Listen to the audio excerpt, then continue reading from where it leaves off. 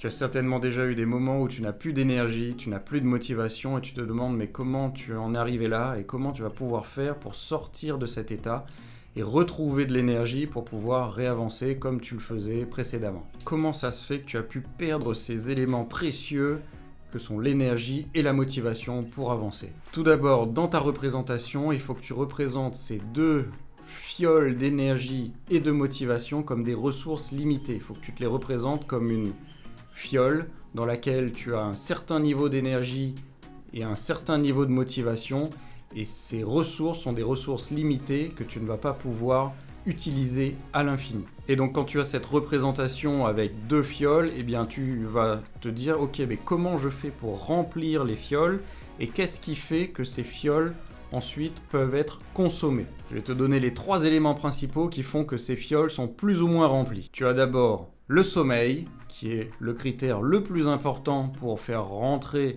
de l'énergie. Ensuite, tu as l'alimentation et le 3e critère, c'est l'exercice qui va influer sur le niveau de motivation que tu vas avoir dans ta journée. Tu as sûrement déjà entendu ça, tu te dis mais moi c'est bon, je dors déjà très bien, je fais de l'exercice régulièrement et puis dans mon alimentation, j'ai pas trop de problèmes, donc tout va bien, ça doit être autre chose. Avant de te dire ça, eh bien, vérifie déjà que ces 3 éléments sont déjà optimisés et que tu fais déjà ce qu'il faut pour avoir un maximum d'énergie et de motivation grâce à ces 3 éléments. On va commencer par le sommeil. Est-ce que tu as déjà mesuré la durée de ton sommeil ? Tu as des solutions assez simples maintenant, tu peux avoir des montres connectées, tu peux avoir des fitness trackers, tu as pas mal de choses qui ne coûtent pas très cher et qui vont pouvoir suivre ton sommeil et te donner une indication de où tu en es dans la qualité de ton sommeil. Et une fois que tu as cette indication-là, eh ben, tu vas pouvoir jouer avec différents paramètres pour pouvoir améliorer justement la qualité de ton sommeil. Par exemple, si tu bois du café le soir ou dans l'après-midi, est-ce que ça a un impact sur ton endormissement ? C'est pareil, si tu bois de l'alcool, quel est l'impact que ça a sur ton sommeil ? La température, tu es dans une pièce qui est plus chaude, est-ce que ça a un impact plus froid ? Quel est l'impact qu'ont tous ces éléments externes sur ton sommeil ? Avant, tu ne pouvais avoir qu'une estimation, maintenant tu as le chiffre qui t'est donné par ton fitness tracker ou par ta montre connectée. Et donc avec ça, tu as des éléments de base, par exemple, est-ce que tu es bien dans le noir ? Est-ce qu'il n'y a pas de la lumière qui te réveille le matin ? Et il y a un autre élément encore plus important que la durée de ton sommeil, c'est la régularité que tu as dans ton heure de coucher et ton heure de réveil. Pour réguler ton cycle circadien, en fixant une heure de coucher et une heure de réveil, eh bien tu vas pouvoir améliorer grandement le sommeil et la qualité de ton sommeil et l'énergie que tu vas retrouver grâce au sommeil. Et donc comment tu fais ça pour avoir un horaire de coucher ou de lever qui est le même tous les jours ? Eh bien moi j'ai trouvé une technique assez simple et qui est radicale, qui fonctionne. C'est le matin, quand tu te lèves, tu vas tout de suite à l'extérieur prendre la lumière du soleil. Et je dis bien à l'extérieur, pas à travers le filtre d'une fenêtre.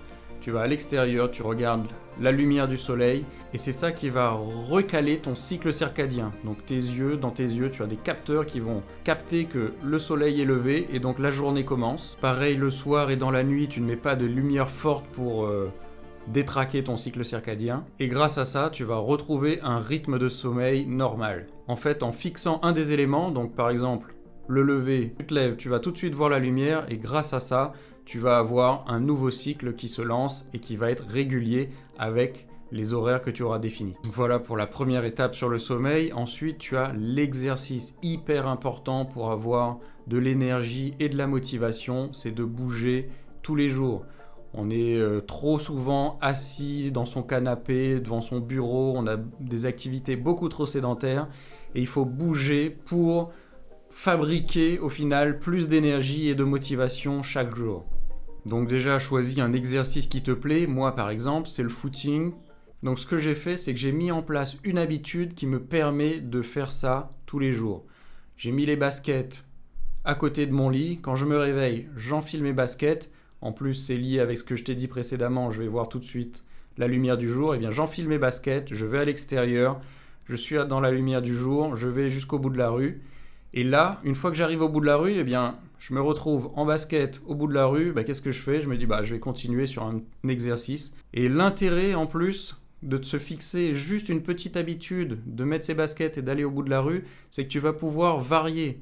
Si tous les jours tu fais la même chose, tous les jours je fais le même aller-retour, je fais le même circuit ou je fais le même exercice, au bout d'un certain temps, en fait, tu es en train de piocher dans ta motivation. Donc tu auras moins de motivation et tu ne pourras plus le faire. Alors que si, à chaque fois, tu fais un élément différent, eh bien là, tu ne pioches pas dans ta motivation. Tu es juste en train de mettre en place une habitude où tu es en basket au bout de la rue et à partir de là, tu fais l'exercice qui te plaît sur le moment. Et là, ça va remonter ton niveau de motivation au lieu de le consommer. Et donc le simple fait d'avoir enlevé la friction, d'avoir mis les baskets et d'avoir fait le premier pas, eh bien c'est ça qui d'habitude t'enlève ta motivation. Et là, tu n'as pas consommé dans la motivation, tu vas faire de l'exercice et tu vas remplir ta jauge de motivation. Une autre solution qui marche bien aussi, c'est de trouver des gens avec qui tu as envie d'aller faire de l'exercice. Si tu as des amis ou des collègues ou des gens avec qui tu as envie de faire des activités, ces gens font une activité qui toi aussi te plaît, eh bien si vous le faites ensemble, eh bien ça rajoute de la motivation pour les deux. Et donc voilà encore un moyen de monter ta jauge de motivation.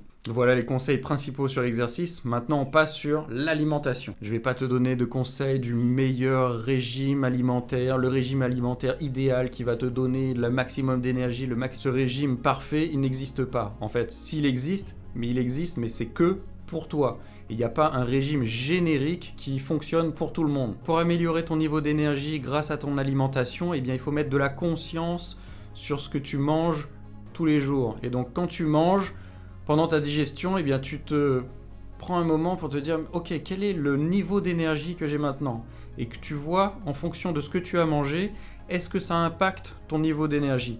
Il y a des choses assez courantes, tu manges un gros burger ou quelque chose d'assez gras ou de trop sucré, et qu'après ça, pendant la digestion, eh bien, tu vois une baisse de ton niveau d'énergie, eh bien, c'est normal, c'est qu'en fait, toute l'énergie est en train d'être consommée pour la digestion. Donc toute cette énergie utilisée pour la digestion, eh bien, tu ne peux plus l'utiliser pour être créatif, pour faire les activités que tu as envie de faire. Et donc après, des régimes alimentaires, tu as de tout, tu as le végétarien, le vegan, le sans gluten, le sans lactose. Eh bien tout ça, en fait, ce sont des idées que tu peux prendre à droite à gauche, faire des essais, ok, si j'arrête le gluten, est-ce que ça me baisse l'énergie, est-ce que ça l'augmente? Le lait, est-ce que ça baisse, est-ce que ça augmente? Le poisson, la viande? Eh bien tout ça, en fait, ce sont des essais à faire et plus tu vas essayer, plus tu vas te connaître et plus tu vas trouver le régime alimentaire qui va te donner le maximum d'énergie et le maximum de motivation pour être en forme toute la journée et aller avancer sur ce qui compte vraiment pour toi. Dis-moi en commentaire comment toi tu fais, si tu as d'autres éléments pour améliorer ton énergie et ta motivation. Et si tu m'as suivi jusque là, eh bien c'est que le contenu t'a plu, alors n'oublie pas de mettre un like, t'abonner et on se retrouve dans la prochaine vidéo.